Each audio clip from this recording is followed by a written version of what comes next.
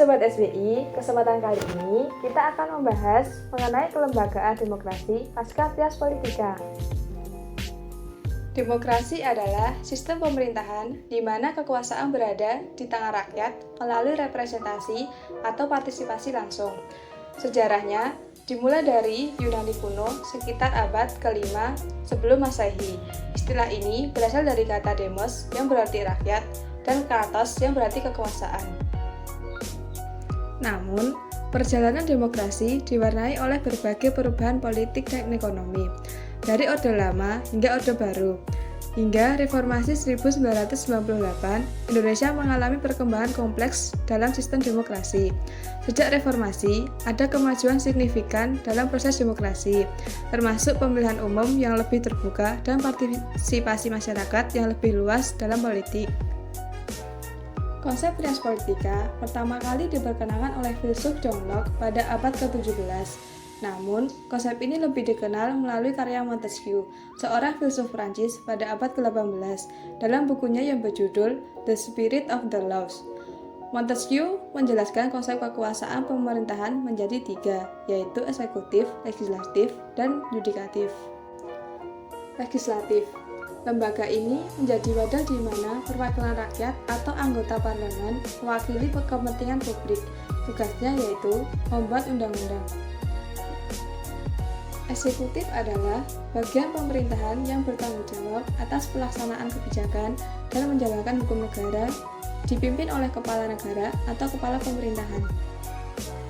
Yudikatif adalah lembaga yang bertugas menafsirkan undang-undang dan menegakkan keadilan. Media massa adalah sumber informasi yang memainkan peran penting dalam memberikan informasi dan opini kepada masyarakat. Sementara, masyarakat sipil terdiri dari berbagai kelompok yang memperjuangkan hak-hak individu serta mengawasi pemerintah untuk menjaga keadilan dan partisipasi publik. Keduanya berkontribusi dalam memelihara prinsip-prinsip demokrasi seperti transparansi dan akuntabilitas pemerintah.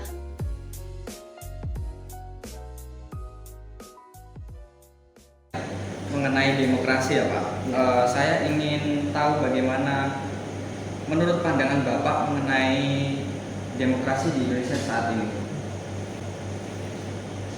Ya, demokrasi di Indonesia sejauh ini memberi kita banyak harapan ya, meskipun masih cukup banyak PR yang harus kita selesaikan. Harapan yang saya maksud adalah misalnya kita punya pemilu yang rutin, kita punya pemilu yang merupakan salah satu yang terbaik di dunia. Meskipun pemilu kita rumit, tapi kita mampu mengelolanya dengan sangat baik. Antusiasme masyarakat juga bagus, kesertaan bagus, dan ya selalu dinamis tanpa ada konflik-konflik yang terlalu berbahaya. Jadi di sisi itu menurut saya demokrasi kita cukup menjanjikan, tapi ada beberapa PR. Dalam arti banyak hal yang masih kita perlu perbaiki. Misalnya esensi demokrasi itu adalah pengawasan oleh rakyat. Para ilmuwan menyebutnya sebagai popular control, agar kekuasaan itu dikelola menurut kebutuhan dan kepentingan rakyat. Nah, itu yang masih perlu kita perkuat. Di Indonesia popular control itu masih belum terlalu maksimal. Orang masih mudah terpolarisasi, orang masih mudah ribut-ribut gitu ya, bertengkar satu sama lain gara-gara pilpres. Nah, ini yang harus kita perbaiki. Baik. Nah, kan tadi masih banyak PR-nya ya Pak. Ya. Lalu menurut Bapak bagaimana pengajaran demokrasi ini di bangku perguruan tinggi Pak? Iya, itu pertanyaan menarik sekali. Jadi salah satu yang saya rasakan ya sebagai dosen di ilmu politik dan pemerintahan adalah bahwa pengajaran demokrasi di kampus itu memang masih sangat minim. Sebagai teori, sebagai konsep, demokrasi itu memang diajarkan di beberapa disiplin ilmu seperti filsafat, politik, hukum gitu. Tapi sebagai praktek, sebagai nilai berdemokrasi, saya rasa kampus masih agak kurang atau malah sangat kurang ya. Dalam arti tidak ada desain pendidikan yang kuat yang berlaku untuk seluruh mahasiswa di kampus manapun itu, yang membuat mereka bisa belajar tentang substansi demokrasi, yaitu bagaimana misalnya menghargai hak orang lain, bagaimana mengelola konflik dan seterusnya. Jadi di bidang ini pun menurut saya masih banyak yang harus kita perbaiki bersama-sama. Tapi ini sebenarnya tidak cuma di kampus ya. Pendidikan politik secara umum di Indonesia itu agak lemah dibandingkan dengan negara-negara lain seperti Amerika khususnya atau Australia. Di sana pendidikan politik dan pendidikan tentang demokrasi itu sangat terstruktur, sangat bagus. Negara mengelolanya dengan baik. Nah, kita masih belum. Harapan saya ya akan ada pendidikan politik yang lebih baik. Nah, demokrasi kan konsepnya sangat luas. Apakah kelembagaan demokrasi itu mengalami perkembangan selain trias politika ya Pak? Ya, banyak sekali perkembangannya. Trias politika itu kan konsep dasar. Ya. Konsep yang mengatakan bahwa institusi demokrasi modern itu ada eksekutif, legislatif, dan yudikatif. Yang masing-masing itu punya perannya sendiri-sendiri. Legislatif itu membuat aturan, eksekutif melaksanakannya, kemudian yudikatif mengawasi bagaimana peraturan dan hukum ditegakkan. Nah, tapi pada prakteknya kan kemudian banyak perkembangan. Seperti apa misalnya relasi eksekutif legislatif itu kan macam-macam. Kemudian bagaimana lembaga yudikatif itu juga modelnya berbeda-beda di tiap negara. Jadi sebagai konsep dasar itu tetap valid, tapi kemudian berkembang banyak hal. Selain lembaga-lembaga klasik yang kita kenal dalam demokrasi, sudah banyak sekali muncul lembaga-lembaga lain, atau sudah banyak lembaga-lembaga lain yang juga diakui sebagai bagian dari demokrasi. Di studi politik ada istilah state auxiliary agencies atau state auxiliary institution, lembaga-lembaga auxiliary, lembaga-lembaga sampiran kita. Itu yang juga menjadi elemen penting dalam demokrasi. Selain eksekutif, legislatif, yudikatif, ada misalnya kalau di Indonesia itu Komnas HAM, ada Komisi Yudisial, ada Komisi Penyelenggara Pemilihan Umum yang bahkan disebut-sebut di Komisi Pemilihan Umum, bukan Komisi Penyelenggara Pemilihan Umum. Yang KPU ini termasuk lembaga auxiliary negara yang bahkan disebut-sebut di konstitusi kita. Nah, itu contohnya ya bahwa demokrasi kemudian sudah berkembang dewasa ini melampaui konsep dasarnya trias politika. Dan perkembangannya itu menurut pandangan Bapak menuju kemajuan ya Pak?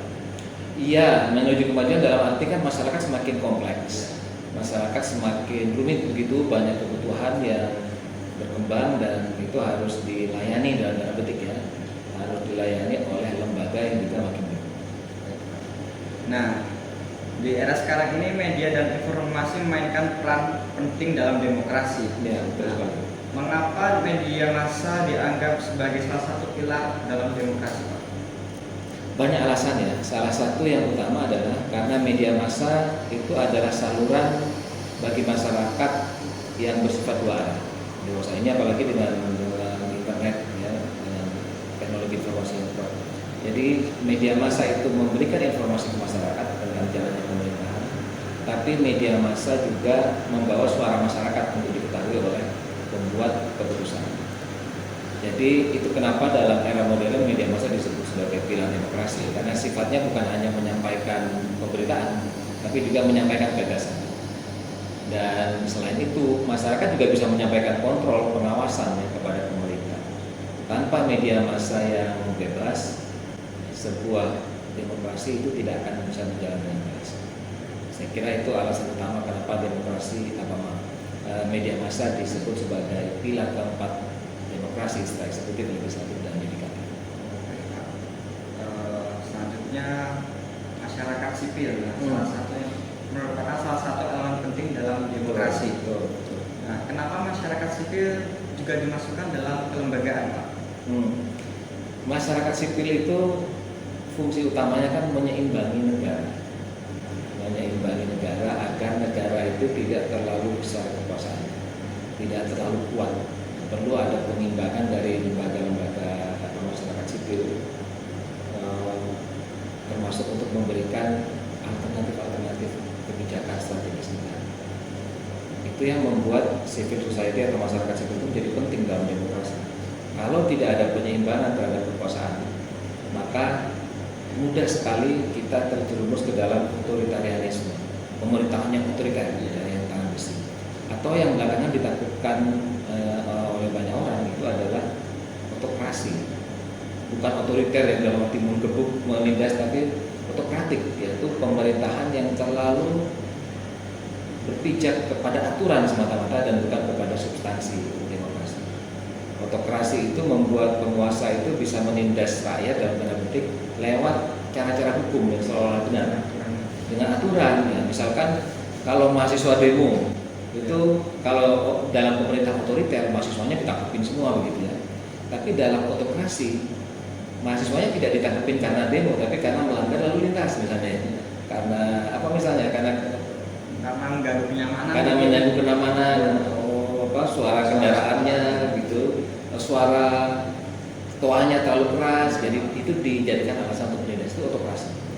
Jadi tanpa civil society yang kuat, negara mudah sekali menjadi otokratik bahkan otoriter. Berarti adanya masyarakat sipil sebagai salah satu kelembagaan di demokrasi merupakan hal yang penting ya Pak? Merupakan hal yang sangat esensial, bahkan sangat esensial di semua era sebenarnya. Itu sudah sejak lama para filsuf itu mengatakan tanpa civil society tidak ada demokrasi. Baik Pak, mungkin cukup sekian perbincangan kita pada siang hari ini. Terima kasih sudah diizinkan masuk di UGM. Dengan senang hati. Saya mewakili teman-teman saya, mohon maaf apabila ada salah kata atau perbuatan yang kurang berkenan di hati Bapak. Semoga ilmu yang diberikan bermanfaat bagi kita. Sukses selalu buat teman-teman semua. Terima kasih Pak. Terima kasih.